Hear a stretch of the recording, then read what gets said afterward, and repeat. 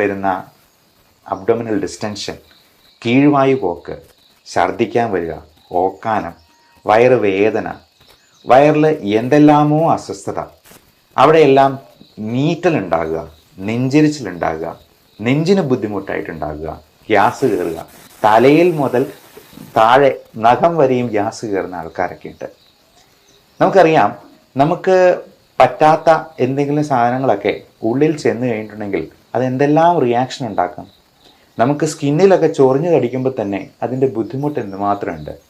ഇതുപോലെ വയറിനുള്ളിൽ, നമ്മുടെ വയറിൻ്റെ എപ്പിത്തീലിയൽ ലൈനിങ്ങിൽ ഒക്കെ ഇങ്ങനെ ചൊറിഞ്ഞു കടിച്ചതുപോലുള്ള ലീഷൻസ് ഉണ്ടായാലോ, അതുപോലെ അൾസേഴ്സ് ഉണ്ടായെന്നാലോ, ഈ പറയുന്ന നീറ്റിലൊക്കെ എങ്ങനെയാണ് ഉണ്ടാവുക? നമുക്ക് കയ്യിലുണ്ടാകുന്ന നീറ്റിൽ പോലെ ആയിരിക്കത്തില്ല വയറിനുള്ളിലുണ്ടാകുന്ന നീറ്റിലും ഗ്യാസും പുകച്ചിലുമൊക്കെ അത് ചിലപ്പോൾ മറ്റേതെങ്കിലും ഒരു തരത്തിലായിരിക്കും. പലപ്പോഴും ulcerative colitis, irritable bowl syndrome, Crohn's disease തുടങ്ങിയ കാര്യങ്ങളൊക്കെ നമ്മളൊരു എൻഡോസ്കോപ്പി ചെയ്ത് നോക്കുമ്പോഴത്തേക്കും ചിലപ്പോൾ കാണാൻ പറ്റും അൾസേഴ്സ് ഇങ്ങനെ നിറഞ്ഞു നിൽക്കുന്നത്. അതിന് ചുറ്റും ഈ ദേഹം ചൊറിഞ്ഞു കളിച്ചിരിക്കുന്നത് പോലെ തന്നെയുള്ള ലീഷൻസ് കാണാം. അതേപോലെ പലതരത്തിലുള്ള ഇൻഫെക്ഷൻസ് ഉണ്ടാകാം. എല്ലാം നമ്മൾ കഴിക്കുന്ന ഭക്ഷണത്തിൽ തന്നെ ഉണ്ടാകുന്നതാണ്. നമുക്ക് പറ്റാത്ത പല ഭക്ഷണങ്ങളും ഉള്ളിൽ ചെല്ലുന്നുണ്ടാവാം. ഇപ്പോൾ നമ്മുടെ സ്കിന്നിൽ എന്തെങ്കിലും ഒരു ചൊറിയണം പോലെ ഒരു സംഗതി തട്ടുന്നാൽ പോലും നമുക്ക് ചൊറിഞ്ഞു തടിക്കും, തിണുക്കും. ഇതേപോലെ തന്നെ നമ്മുടെ കൊച്ചു കുട്ടികളിൽ പോലും പലതരത്തിലുള്ള വിരശല്യങ്ങളും അവർക്ക് പറ്റാത്ത ഭക്ഷണങ്ങളും അകത്ത് ചെല്ലുന്നത് കൊണ്ടുള്ള റിയാക്ഷൻ ഉണ്ടാകുന്നുണ്ട്, അലർജി ഉണ്ടാകുന്നുണ്ട്. പലപ്പോഴും ഈസ്നോഫിൽ കൗണ്ട് ഒരു പരിധിയിൽ കൂടുതൽ, അതായത് 8-9% ഒക്കെ ഉണ്ടെന്നുണ്ടെങ്കിൽ നമ്മൾ കൊച്ചുകുട്ടികൾക്കും മുതിർന്നവർക്കും ഉറപ്പായിട്ടും കൊടുക്കുന്ന ഒരു മരുന്നുണ്ട്, ആൽബൻഡസോൾ. ഞാൻ ഒരു പടിയും കൂടെ കടന്ന് ആൽബൻഡസോൾ പ്ലസ് ഐവർമെക്റ്റിൻ രണ്ടും കൂടെ ചേർന്നുള്ള, അതായത് എല്ലാ തരത്തിലുള്ള അണുക്കളും ചത്തുപോകുന്ന രീതിയിലുള്ള ഒരു മരുന്ന് 6 മാസത്തിലൊരിക്കൽ ഉറപ്പായിട്ടും ഇങ്ങനെയുള്ളവരിൽ കൊടുക്കാറുണ്ട്. ചിലപ്പോൾ അത് റിപ്പീറ്റായിട്ട് 2 പ്രാവശ്യമൊക്കെ ചില ആൾക്കാരിൽ കൊടുക്കാറുമുണ്ട്. അപ്പോൾ ഇത് എന്തുകൊണ്ടാണ് ഈ ഈസ്നോഫിൽ കൗണ്ട് കൂടുമ്പോൾ, അതായത് അലർജി ഉണ്ടാകുമ്പോൾ ഈ ആൽബൻഡസോൾ കൊടുക്കുന്നത്? അത് മാത്രമല്ല, ഇങ്ങനെ ഈസ്നോഫിൽ കൗണ്ട് 10-ന് മുകളിലായിട്ട് നിൽക്കുകയാണെങ്കിൽ, അബ്സല്യൂട്ട് ഈസ്നോഫിൽ കൗണ്ട് 1000-ന് മുകളിലാണെങ്കിൽ, IgEയുടെ അളവ് ഒരു 100-ന് മുകളിലാണെങ്കിൽ ഒക്കെ ഭയങ്കരമായ അലർജി ഉണ്ട് എന്നുള്ളതാണ് അർത്ഥമാക്കുന്നത്. പക്ഷെ അന്നേരം നമ്മൾ കൊടുക്കുന്ന ഒരു മരുന്നാണ് ഈ പറയുന്ന ആൽബൻഡസോൾ DEC, ഡൈഇഥൈൽ കാർബമസൈൻ. അതായത് ഫൈലേറിയൽ വേംസ്, ചില തരത്തിലുള്ള വിരകൾക്ക് കൊടുക്കുന്ന ഒരു മരുന്നാണ്. ഇത് രണ്ടും കൂടെ കമ്പൈൻ ചെയ്ത്, അതും സിട്രസിൻ്റെ മരുന്നും കൂടെ, അലർജിക്കുള്ള മരുന്നും കൂടെ കമ്പൈൻ ചെയ്ത്, ബാനസിഡ് ഫോർട്ട് എന്നൊക്കെയുള്ള പേരിൽ നിങ്ങൾ കേട്ടിട്ടുണ്ടാവാം. 3 ആഴ്ചത്തേക്ക് ദിവസം 3 നേരം വെച്ചിട്ട് കഴിച്ചോണം, നിർത്തരുത് എന്ന് ഡോക്ടർ കട്ടായം പറയുന്നത് നിങ്ങൾ തന്നെ ചിലപ്പോൾ ശ്രദ്ധിച്ചിട്ടുണ്ടാവാം. അതോടൊപ്പം തന്നെ ചിലപ്പോൾ സ്റ്റിറോയിഡ് മരുന്നും കൊടുത്തേക്കാം. അപ്പോൾ ഈ പറയുന്ന അലർജിയും ഇത്തരത്തിലുള്ള വയറിൻ്റെ ഇൻഫെക്ഷൻസും വയറ് സംബന്ധമായിട്ടുള്ള ഗ്യാസ് പ്രോബ്ലംസും ഒക്കെ തമ്മിൽ അലർജിപരമായ ഭക്ഷണത്തിലുള്ള ഇൻടോളറൻസുമായിട്ട് അഭേദ്യമായ ബന്ധമുണ്ട് എന്നുള്ളതാണ് നമ്മൾ ഇതിൽ നിന്നും മനസ്സിലാക്കേണ്ടത്. നമുക്ക് പറ്റാത്ത ഭക്ഷണം, അത് നമ്മൾ ഡെയിലി കഴിക്കുന്ന അരി, ഗോതമ്പ്, പാല്, മുട്ട, ഇറച്ചി ഉൽപ്പന്നങ്ങൾ പറയാനില്ല, മീറ്റ് ഐറ്റംസും സീ ഫുഡ് ഐറ്റംസും ഒക്കെ ഒരുപാട് തരത്തിലുള്ള അലർജിക് റിയാക്ഷൻ ഉണ്ടാക്കും. സായിപ്പന്മാർ പണ്ട് ഗോതമ്പിൻ്റെ അലർജിയെ ഗ്ലൂട്ടൻ ഇൻടോളറൻസും മിൽക്കിൻ്റെ അലർജിയെ ലാക്ടോസ് ഇൻടോളറൻസ് എന്നൊക്കെ പറയും. നമ്മൾ ഒരു 5 സ്റ്റാർ ഹോട്ടലിൽ ചെയ്യുമ്പോഴോ ഫ്ലൈറ്റിൽ ബിസിനസ് ക്ലാസ്സിൽ യാത്ര ചെയ്യുമ്പോഴൊക്കെ, സാധാരണ ഇക്കണോമിക് ക്ലാസ്സിലൊന്നും ചോദിച്ചു എന്ന് വരത്തില്ല, നമുക്ക് അലർജിയുള്ള എന്തെങ്കിലും ഉണ്ടോ എന്നുള്ളത് ഡോക്യുമെൻ്റ് ചെയ്യാനായിട്ട് അവർ ആവശ്യപ്പെടും. അപ്പോൾ അതിനനുസരിച്ചിട്ടുള്ള ഭക്ഷണമേ അവർ വിളമ്പാൻ പാടുള്ളൂ. അത് ഷെഫായിട്ട് പഠിച്ചിട്ടുള്ളവർക്കൊക്കെ നന്നായിട്ട് അറിവുള്ളതാണ്. അപ്പോൾ ഇങ്ങനെ എന്താണ് നമുക്ക് അലർജി എന്ന് എങ്ങനെ കണ്ടുപിടിക്കും? അതിനൊരു മാർഗമുണ്ട്. അലർജിയുടെ സ്കിൻ പ്രിക്ക് ടെസ്റ്റ് ഉണ്ട്. നമ്മൾ സ്കിന്നിൽ തന്നെ ഓരോ ഫുഡ് അലർജൻസിൻ്റെയും റിയാക്ഷൻ നോക്കി മനസ്സിലാക്കുന്നത്. അപ്പോൾ നമ്മൾ ഒരു അലർജിയുള്ള സാധനം തൊട്ടെന്നുള്ള റിയാക്ഷൻ പോലെ നമ്മൾ ഇതൊന്ന് ചെറുതായിട്ടൊന്ന് പോറിച്ച് കൊടുക്കുമ്പോൾ അതിൽ വരുന്ന റിയാക്ഷൻ, അത് കോളം വരച്ച് വളരെ സിസ്റ്റമാറ്റിക് ആയിട്ടാണ് ചെയ്യുന്നത്. ഏകദേശം 1 മണിക്കൂറോളം സമയമെടുക്കും. അപ്പോൾ തന്നെ നമുക്ക് റിപ്പോർട്ടും കിട്ടും. ജീവിതത്തിൽ ഒരിക്കലെങ്കിലും ഇത്തരത്തിലുള്ള പ്രശ്നങ്ങളുള്ളവർ നിർബന്ധമായും ഈ ടെസ്റ്റ് ഒന്ന് ചെയ്ത് നോക്കുന്നത് നല്ലതായിരിക്കും. അങ്ങനെ കണ്ടുപിടിച്ചെന്നാൽ നമുക്കതിൽ ഒഴിവാക്കാൻ പറ്റാത്ത സംഗതികൾക്ക് ഇമ്മ്യൂണോതെറാപ്പി എന്ന് പറയുന്ന ഒരു ട്രീറ്റ്മെൻറ്റ് വഴി ഇതിന് നമുക്ക് പൂർണ്ണമായിട്ടുള്ള വിമോചനം സാധ്യമാണ്.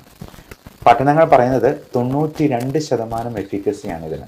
അത് കൊച്ചു കുട്ടികൾ മുതൽ പ്രായമായവർക്ക്, അത് ഒത്തിരി പ്രായമാകുന്നതിന് മുമ്പ് ചെയ്യുന്നാൽ ഏറ്റവും നല്ലത്. കാരണം ഇതുപോലെ ഒരുപാട് അലർജിക് റിയാക്ഷൻ ഉണ്ടായി അതിൻ്റെ ഡീസെൻസിറ്റൈസ് ചെയ്യുന്നത് വളരെ ദുഷ്കരമാകുന്ന ഒരു പ്രായത്തിൽ അത് ചെയ്യുന്നതുകൊണ്ട് ഈ പറയുന്ന റിസൾട്ട് നമുക്ക് കിട്ടിക്കൊള്ളണമെന്നില്ല.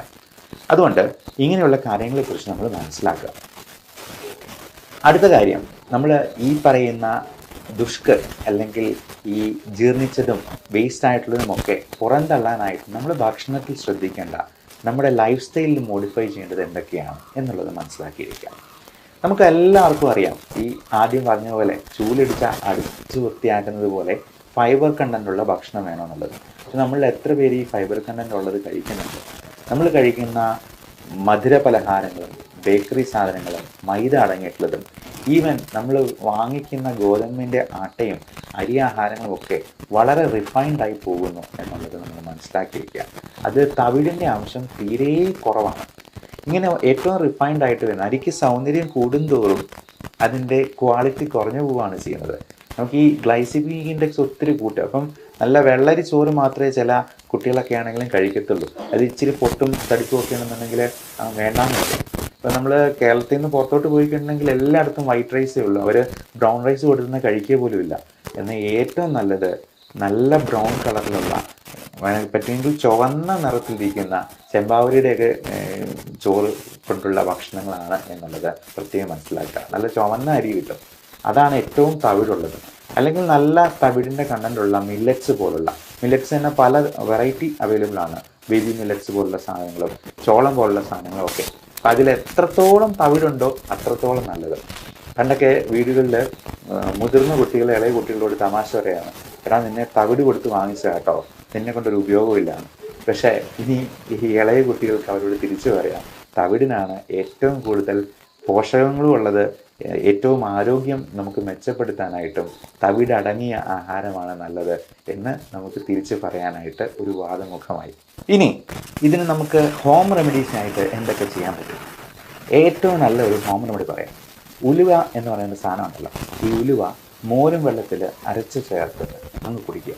അതുകൊണ്ട് രണ്ടുണ്ട് ഗുണം. ഉലുവ അടങ്ങിയിട്ടുള്ളത് കൊണ്ട് അതിന് നല്ല ഫൈബർ കണ്ടൻ്റ് ഉണ്ട്, കൂടാതെ അത് ദഹനത്തിന് വളരെയധികം സഹായിക്കുന്നതാണ്. രണ്ട്, ഈ മോരും വെള്ളത്തിന് നല്ല ലാക്റ്റിക് ആസിഡ് ബാസിലസ് ഉണ്ട്. ഈ പ്രീ ആൻഡ് പ്രോബയോട്ടിക്സ് എന്ന് പറയുന്ന കാറ്റഗറിയിലുള്ള കുറച്ച് ഗട്ട് ബാക്ടീരിയ ഉണ്ട്. അതായത് നമ്മുടെ ഇൻഡസ്ട്രിയിലെ നമ്മുടെ സുഹൃത്തുക്കളായിട്ടുള്ള ചില അണുക്കളുണ്ട്. അവന്മാരൊക്കെ പലപ്പോഴും നമ്മുടെ അശ്രദ്ധ കൊണ്ട് ചത്തുപോകുന്നുണ്ട്. പക്ഷേ നമുക്ക് ഇവന്മാരെയൊക്കെ വേണം. കാരണം ഇതെല്ലാം നല്ല രീതിയിൽ പുറന്തള്ളാനായിട്ടും ദഹനം സഹായിക്കാനായിട്ടും ഇവന്മാരെ വേണം. അല്ല എന്നുണ്ടെങ്കിൽ നമ്മൾ ഈ കീഴ്വായു വിടുമ്പോൾ വരുന്നത് എത്രയോ ടോക്സിക് ആയിട്ടുള്ള കെമിക്കൽസും ഗ്യാസുമാണെന്നറിയോ? ഹൈഡ്രജൻ സൾഫൈഡ് എന്ന് പറയുന്ന ഗ്യാസാണ് ആ കീഴ്വായു പോകുമ്പോൾ അത്ര ദുസ്സഹമായിട്ടുള്ള ഒരു ദുർഗന്ധം ഉണ്ടാക്കുന്നത്. അതുപോലെ മീഥെയിൻ പോലുള്ള ഗ്യാസുകളും അമോണിയ പോലുള്ള വിഷവാതകങ്ങൾ പോലും പല അസുഖങ്ങളിലും ഉണ്ടായി വരുന്നുണ്ട് എന്നുള്ളത് മനസ്സിലാക്കുക. അപ്പോൾ ഇതിലൊക്കെ ഇപ്പോൾ ഈ അമോണിയ അത് ഒത്തിരി കൂടി കഴിയുമ്പോഴത്തേക്കുമാണ് ഈ ലിവറിൻ്റെ പ്രോബ്ലംസ് ഉള്ളവർക്ക് ബോധക്കേടും ബോധക്ഷയവും ഒക്കെ ഉണ്ടാക്കുന്ന ഹെപ്പാറ്റിക് എൻകെഫലോപ്പതി എന്ന് പറയുന്ന ഒരു കണ്ടീഷനിലോട്ട് പോകും. ആൾ ബോധം കെട്ടു പോകും. അപ്പോൾ ഈ അമോണിയയുടെ അളവ് ഒത്തിരി ക്രമാതീതമായിട്ട് കൂടുകയും അത് ലിവറിൻ്റെ പ്രശ്നങ്ങൾ കൊണ്ടുണ്ടാകാം, കിഡ്നിയുടെ പ്രശ്നങ്ങൾ കൊണ്ടുണ്ടാകാം, ദഹന സംബന്ധമായിട്ടുള്ള മറ്റ് പ്രശ്നങ്ങൾ കൊണ്ടുണ്ടാകാം, ശ്വാസകോശ സംബന്ധമായ രോഗങ്ങളിലോട്ട് പോലും ഈ GERD പുളിച്ചിതകെട്ടൽ, ഗേർഡ് എന്ന് പറയുന്ന ഗ്യാസ്ട്രോ ഈസോഫാജിയൽ റിഫ്ലക്സ് ഡിസീസ്, ചുമ ഉണ്ടാക്കാൻ ഒരു വലിയ കാരണമാണെന്ന് എത്ര പേർക്കറിയാം?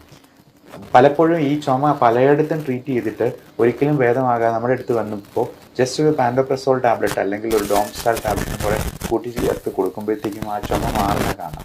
അതുപോലെ കാൽഷ്യം കുറഞ്ഞു പോകുന്നത് കൊണ്ട് ചുമ കുറയാം, മഗ്നീഷ്യം കുറഞ്ഞു പോകുന്നതുകൊണ്ട് ദഹനം പ്രോപ്പറാകാതെ വരാം, കോൺസ്റ്റിപ്പേഷൻ ഉണ്ടാകാം എന്നൊക്കെ നമുക്ക് ശരിക്കും അറിവില്ല എന്നുള്ളതാണ് ശരിയായിട്ടുള്ള വസ്തുത. അപ്പോൾ മഗ്നീഷ്യം കണ്ടൻറ്റ് കൂടുതലുള്ള ഭക്ഷണങ്ങൾ കഴിക്കുന്നതിനോടൊപ്പം തന്നെ അതിനെ കുറച്ച് കളയുന്ന സ്ട്രെസ് ഫാക്ടറും സ്മോക്കിങ്ങും പിന്നെ നമ്മുടെ ഭക്ഷണത്തിലുള്ള പലതരത്തിലും ഈ ബെവറേജസ് പോലെ ആൽക്കഹോൾ പോലുള്ള സാധനങ്ങൾ, കോഫി ഒത്തിരി കുടിക്കുന്നതൊക്കെ നമ്മൾ ഈ മഗ്നീഷ്യത്തെ കുറച്ച് കളയേണ്ടതായിരിക്കും. പലപ്പോഴും ഈ ഉറക്കമില്ലായ്മയൊക്കെ തന്നെ മഗ്നീഷ്യവും കാൽഷ്യവും കുറച്ച് പോകാനായിട്ടും വൈറ്റമിൻ D3 അളവ് കുറഞ്ഞു പോകാനും ഇത് തന്നെ പലതരത്തിലുള്ള സ്ട്രെസ് ഫാക്ടർ ഇൻഡ്യൂസ്ഡ് ആയിട്ടുള്ള ഗ്യാസ്ട്രൈറ്റിസും ഉണ്ടാക്കും. അപ്പം നമുക്കറിയാം ഈ നമ്മുടെ പിള്ളേർക്കൊക്കെ പരീക്ഷയുടെ പോകുന്ന അന്ന് ദിവസം രാവിലെ ചിലപ്പോൾ വയറ്റൊഴിച്ചിലും ചിലപ്പോൾ കോൺസ്റ്റിപ്പേഷനും ഛർദിയും ഒക്കെ ആകുന്നത് ഈ സ്ട്രെസ് ഇൻഡ്യൂസ്ഡ് ഗ്യാസ്ട്രൈറ്റിസിൻ്റെ ഭാഗമാണ്. അതിൽ നിന്ന് തന്നെ ശ്വാസമുട്ടലും ചുമയും കൂടി ഉണ്ടാകും എന്ന് പറഞ്ഞാൽ അത് എത്ര ഭീകരമായിട്ടുള്ള അവസ്ഥയായിരിക്കും. അതേപോലെ ഈ കീഴ്വായി പോകുന്നത് അത് ശബ്ദത്തോടു കൂടിയോ ശബ്ദമില്ലാതെയോ ഒക്കെ പോയേക്കാം. അതിൽ ഈ ഹൈഡ്രജൻ സൾഫൈഡ് എന്ന് പറയുന്ന ഗ്യാസ്, അത് ചീഞ്ഞ മുട്ടയുടെ ഉള്ളിൽ നിന്ന് വരുന്ന ഗ്യാസാണ്. അതുപോലുള്ള സാധനങ്ങൾ നമ്മുടെ വയറിനുള്ളിൽ കെട്ടിക്കിടക്കുന്നുണ്ട് എന്നുള്ളത് നമ്മൾ അപ്പോഴേ മനസ്സിലാക്കിക്കൊള്ളണം. ഇതിന് പലതരത്തിലുള്ള മരുന്നുകൾ നമ്മൾ മോഡേൺ മെഡിസിൻ തന്നെ കൊടുക്കാറുണ്ട്. അത് പലപ്പോഴും മരുന്നുകളല്ല. ഇപ്പോൾ നമുക്ക് ഹോം റെമഡീസ് ആയിട്ട് കൊടുക്കാവുന്ന പലതരത്തിലുള്ള കാസ്റ്റർ ഓയിൽ, ആവണക്കെണ്ണ പോലുള്ള സാധനങ്ങളുണ്ട്. നല്ല ഫാറ്റ് പ്രദാനം ചെയ്യുന്ന ഗുഡ് കൊളസ്ട്രോൾ, ബാഡ് കൊളസ്ട്രോൾ രണ്ടാണെന്നറിയാം. നല്ല രീതിയിലുള്ള ഫാറ്റ് പ്രദാനം ചെയ്യുന്ന പലതരത്തിലുള്ള എണ്ണകളുണ്ട്. ഇപ്പം വെളിച്ചെണ്ണയാണെങ്കിലും നല്ല വെളിച്ചെണ്ണ ഉപയോഗിക്കുന്നത് നമുക്ക് തന്നെ ചക്കിലാട്ടി എടുക്കുന്ന വെളിച്ചെണ്ണയാണെങ്കിൽ ഏറെ നല്ലത്. അതേപോലെ നമുക്ക് ഈ ഒലീവ് ഓയിൽ പോലുള്ള സാധനങ്ങൾ, നമുക്ക് എണ്ണ ഉപയോഗിക്കുമ്പോൾ ഏറ്റവും ശുദ്ധമായതും ആയിട്ടുള്ള എണ്ണ നമ്മൾ മാറി മാറി ഉപയോഗിക്കാനായിട്ട് ശ്രദ്ധിക്കുക. അപ്പോൾ ഇതെല്ലാം നമ്മുടെ ഈ വയറിൻ്റെ പ്രശ്നങ്ങൾ മാറാനായിട്ടും ഒത്തിരി സഹായിക്കുന്നതാണ്. അതേപോലെ നല്ല ഫ്രൂട്ട്സ് അധികം മധുരമില്ലാത്ത കഴിക്കാനായിട്ട് നോക്കുക. അപ്പം മധുരത്തിൽ അടങ്ങിയിരിക്കുന്ന ഫ്രക്ടോസ് എന്ന് പറയുന്ന കണ്ടന്റ് തന്നെ ലിവറിനെ ചിലപ്പോൾ കൂടുതൽ അപകടകരമായിരിക്കാം. അതായത് മധുരമുള്ള പഴങ്ങളായിട്ടുള്ള മാങ്ങാപ്പഴത്തിലും ചക്കപ്പഴത്തിലും അതുപോലെ ചെറുപഴത്തിലാണെങ്കിലും ഒരുപാട് ഫ്രക്ടോസ് അടങ്ങിയിട്ടുള്ളതാണെങ്കിൽ അത് ചിലപ്പോൾ ലിവറിൻ്റെ സിറോസിസിലേക്ക് തന്നെ കാരണമാക്കാം എന്നുള്ളത് പ്രത്യേകം മനസ്സിലാക്കുക. ഡയബറ്റിക് ആയിട്ടുള്ള രോഗികൾക്ക് ഇത് കഴിക്കുന്ന ഷുഗർ കൂടുകയും ചെയ്യും. എന്നാൽ നമ്മൾ ഈ കോൺസ്റ്റിപ്പേഷൻ റിലീവ് ചെയ്യാൻ കൊടുക്കുന്ന ലാക്ടുലോസ് എന്ന് പറയുന്നൊരു മരുന്നുണ്ട്. അപ്പോൾ ഈ ലാക്ടുലോസ് ഒരു സിറപ്പായിട്ടാണ് കൊടുക്കുക. ഈ സിറപ്പിന് മധുരമുണ്ടെങ്കിലും അത് ഗ്ലൈസിമിക് ഇൻഡെക്സ് കൂട്ടുന്നതല്ല, അതായത് ഷുഗർ ലെവൽ കൂട്ടാത്ത രീതിയിലുള്ള മരുന്നാണ്. ഇനി അതിൽ നിന്നില്ലെങ്കിൽ പലപ്പോഴും പല എനിമ കൊടുക്കാറുണ്ട്. അത് ഇത്രയേ ഉള്ളൂ, എനിമ ചെയ്യുന്നത് ഇത്രയേ ഉള്ളൂ. നമ്മൾ നമ്മുടെ കുടലിൻ്റെ ബാക്കി ഭാഗത്തു നിന്നും വെള്ളം സ്വല്പം കൂടി വലിച്ചെടുത്ത് ആ മലത്തിന് സ്വല്പം കൂടി ഹൈഡ്രേഷൻ കൊടുക്കും. അതായത് ഫ്ലൂയിഡുള്ള ഉണങ്ങി വരണ്ടിരിക്കുന്ന മലത്തിന് പകരം കുറച്ചുകൂടി വെള്ളം ചേർത്തിട്ട് അത് പുറത്തേക്ക് പോകാനായിട്ട് കൂടുതൽ സഹായിക്കും. ഇത് വലിയ കെമിക്കലൊന്നുമല്ല നമ്മൾ ഉള്ളിലോട്ട് ഇനിമ വയ്ക്കുമ്പോഴത്തേക്കും കേട്ടുന്നത്. ഇനി അതല്ലെങ്കിൽ സപ്പോസിറ്ററി ആയിട്ടുള്ള മരുന്നുകളുണ്ട്.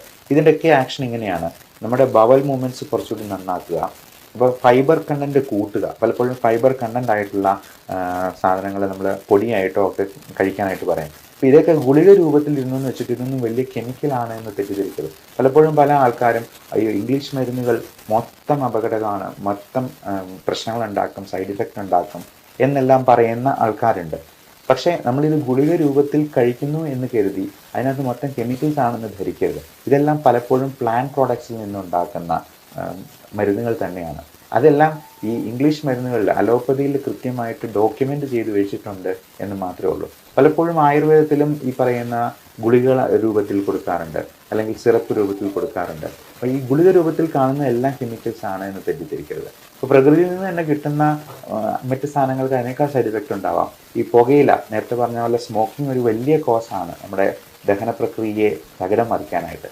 ഈ പുകയില എന്ന് പറയുന്നത് പ്രകൃതിയിൽ നിന്ന് നമ്മൾ നേരിട്ട് കിട്ടുന്നതാണ്. കഞ്ചാവ് അതുപോലെ പ്രകൃതിയിൽ നിന്ന് നേരിട്ട് കിട്ടുന്ന ഒരു ഇലയാണ്.